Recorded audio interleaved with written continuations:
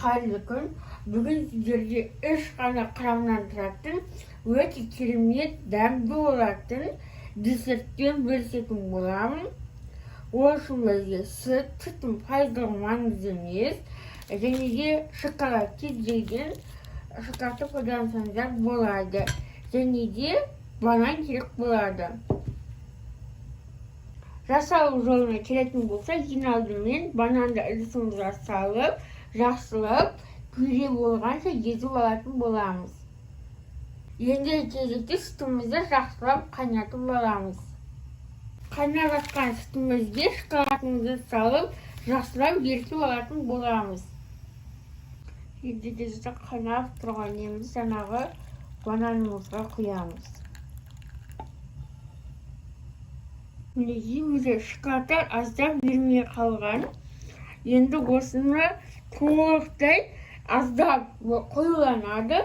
5 минуттай жақсылап блендерлейтін боламыз. Өздерін банан, шоколад, сүт жақсылап бірігіп қоюланғанша жақсылап блендерлеріңіздер.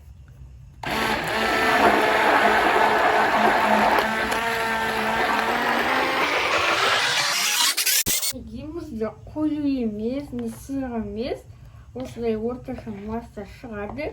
Енді оны өзіңіз қалаған кез келген ыдысқа құйып,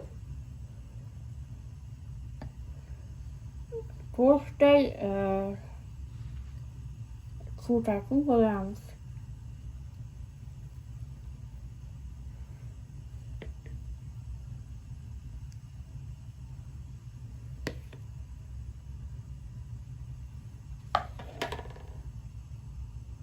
Мен тоңазытқышта суытатын боламын.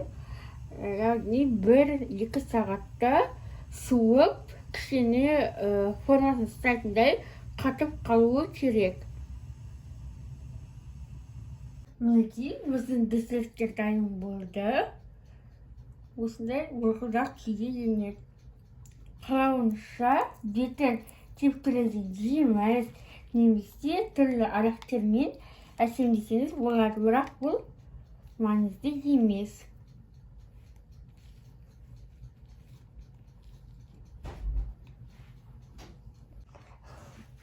Мінекей біздің десерт дайын болды.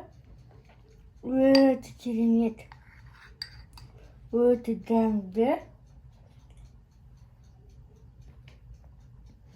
Балмұздақ секілді болады.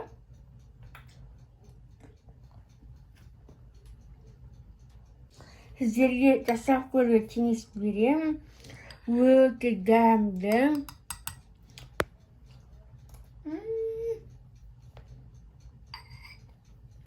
Керемет десерт болып шығады.